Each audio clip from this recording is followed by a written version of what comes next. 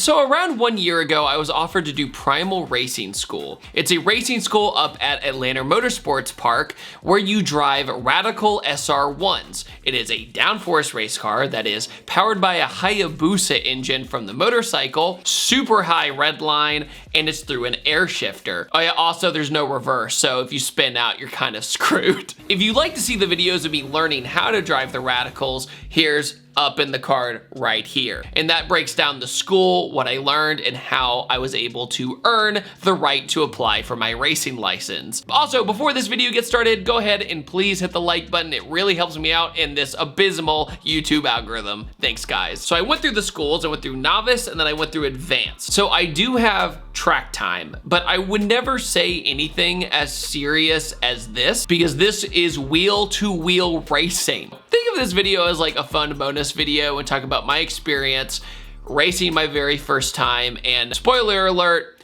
I won. So anybody out there who wants to tell me that I suck at driving, suck it. Yeah, so my very first race I ever did, ever wheel-to-wheel, I was fortunate enough to win due to many different circumstances. And basically I want to break down what the experience was like, what it was like racing open cockpit my very first time. So we arrived early at Atlanta Motorsports Park to start our day, and I needed to get suited up.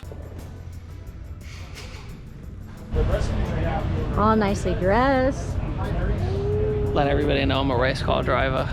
I'm like a little jittery, but we'll see how it goes. And I'll be honest with you, I was feeling pretty nervous. I did fairly well at the actual racing school, I would say, when it came to being a novice radical driver, and I was fairly consistent within about a second, but I will say there was one big issue about this race day, and that is 2 weeks before was this massive July 4th drift event last year, where I got to drive T-Pain's E46 M3 from Nappy Boy Automotive and was just giving ride-alongs, and it was a ton of fun. It is super weird to have a ton of laps road coursing somewhere and then drifting it because it almost feels wrong, but it was a ton of fun.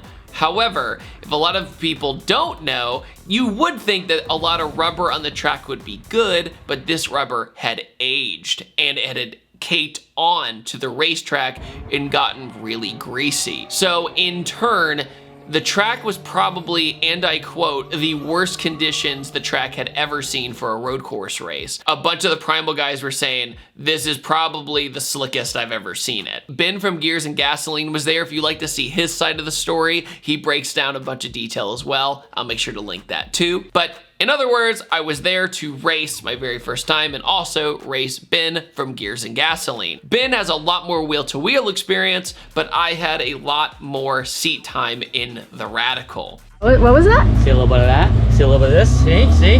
This means I'm fast. Or I have a weak neck and I need a lighter helmet to hold my head up.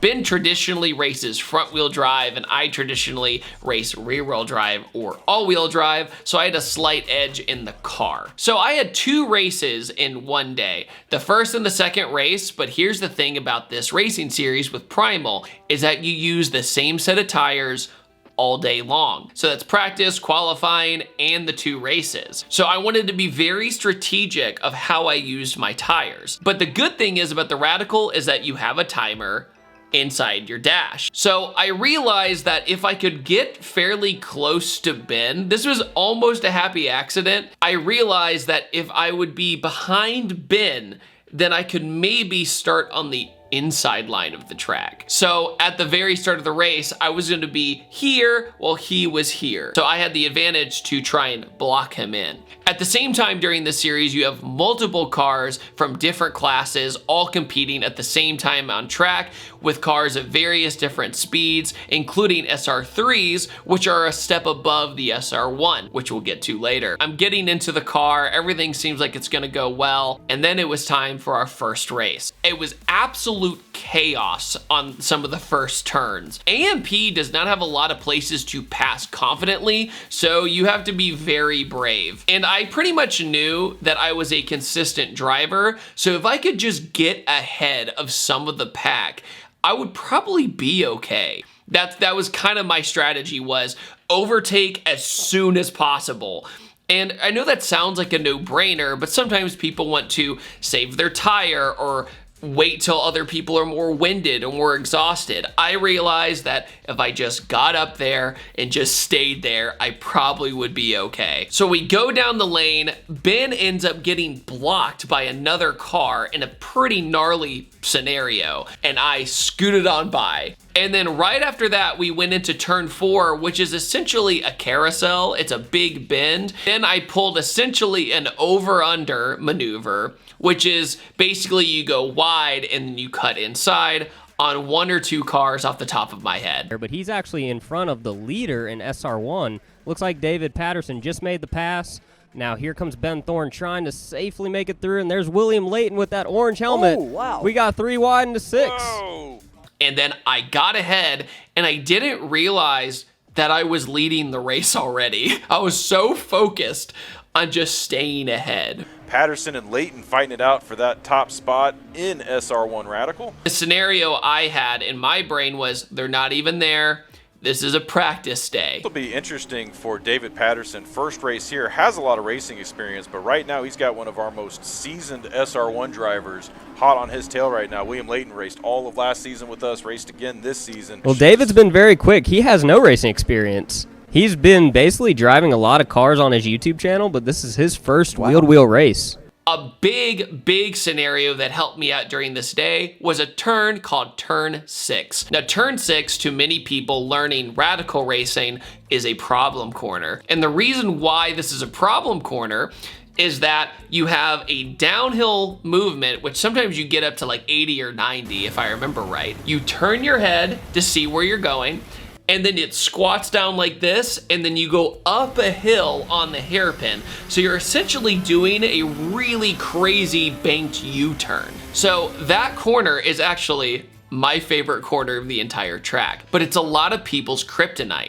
So combined with me loving that corner and at the same time how slick it was, the radicals were oversteering that day. So as you did that weight transfer up that hill, the back would kick out if you got on it a smidge too early, or you had to commit to the skid. So as that downforce was kicking in, and as I go this way, I was very comfortable steering into a slight oversteer skid because I have drifting experience. It's crazy to think that since it was slicker outside, it might have contributed to me actually staying ahead. How'd it feel?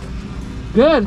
Yeah? It's so slick out there. Yeah, I told you it was. You're right. Yeah. It's on the carousel, I started sliding. I saw it, I was behind you.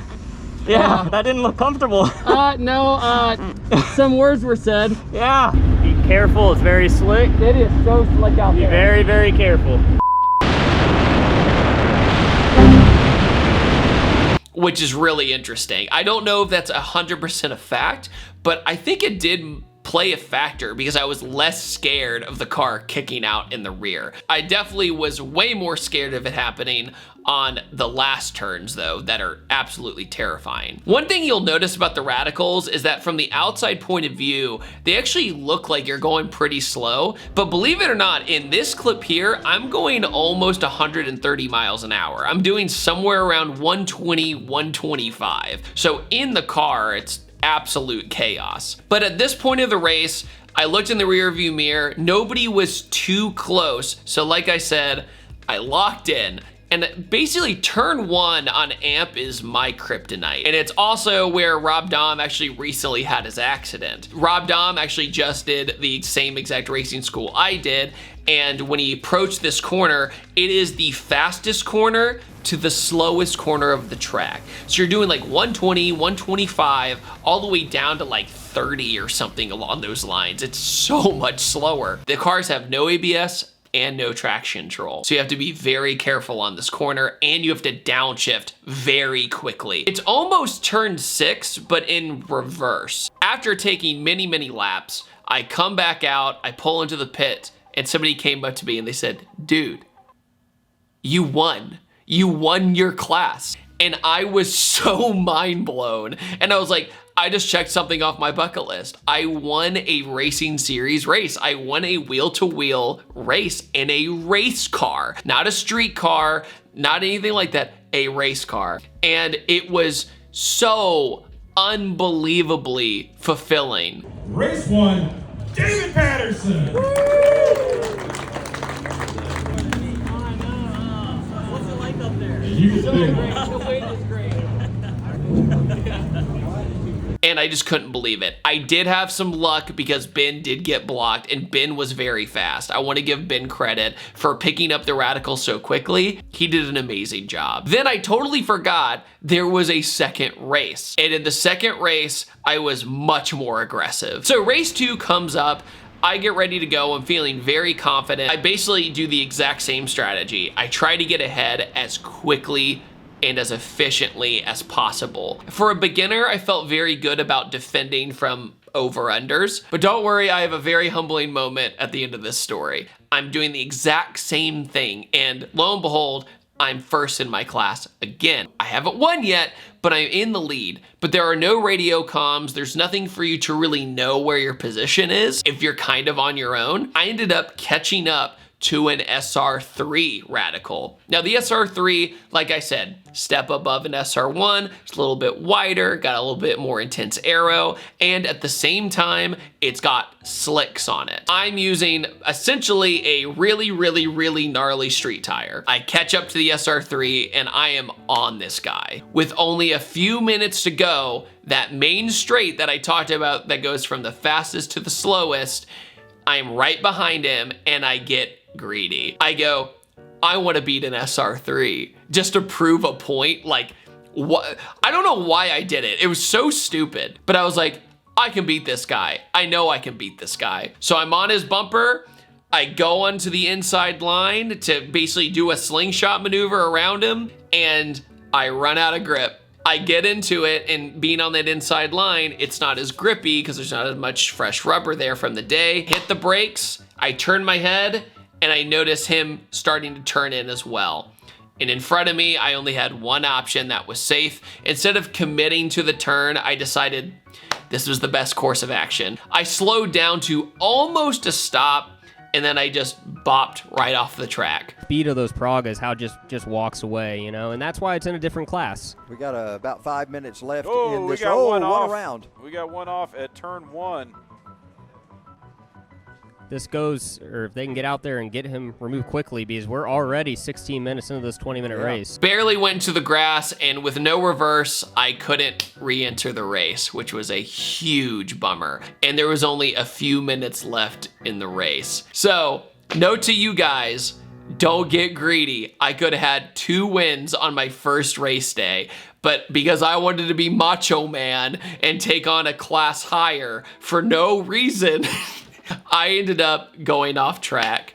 But you know what? Lesson learned, and that's okay. Just downforce grid ever. Whoa! Oh my, what a shot. Look and at that that, was live. Shane Anderson sideways into the beach. The fact that I had 1 racing win on my first day is a miracle, and the fact that I could have almost won my second race is pretty spectacular. I'm very happy about that. Huge thanks to the Primal Racing School and also the Racing Series. I had an absolutely incredible time. I would love to do it again someday, and it is my favorite race car I've ever driven. It is my favorite track experience when it comes to road course I've ever done. So definitely make sure to check out Primal Racing and the Primal Racing School. If you like to do the Primal Racing Series, it is an arrive and drive. You show up, you suit up, and you get in the car, and that's it. So thanks to Primal, thanks to Tyler Edwards, and everybody at Atlanta Motorsports Park for an amazing time. And that's the end of this video. What is your aspirations for road racing or any kind of racing? Put it down in the comment section below. And on that note, I will see you guys next time. Take it easy. Have a wonderful day. Goodbye.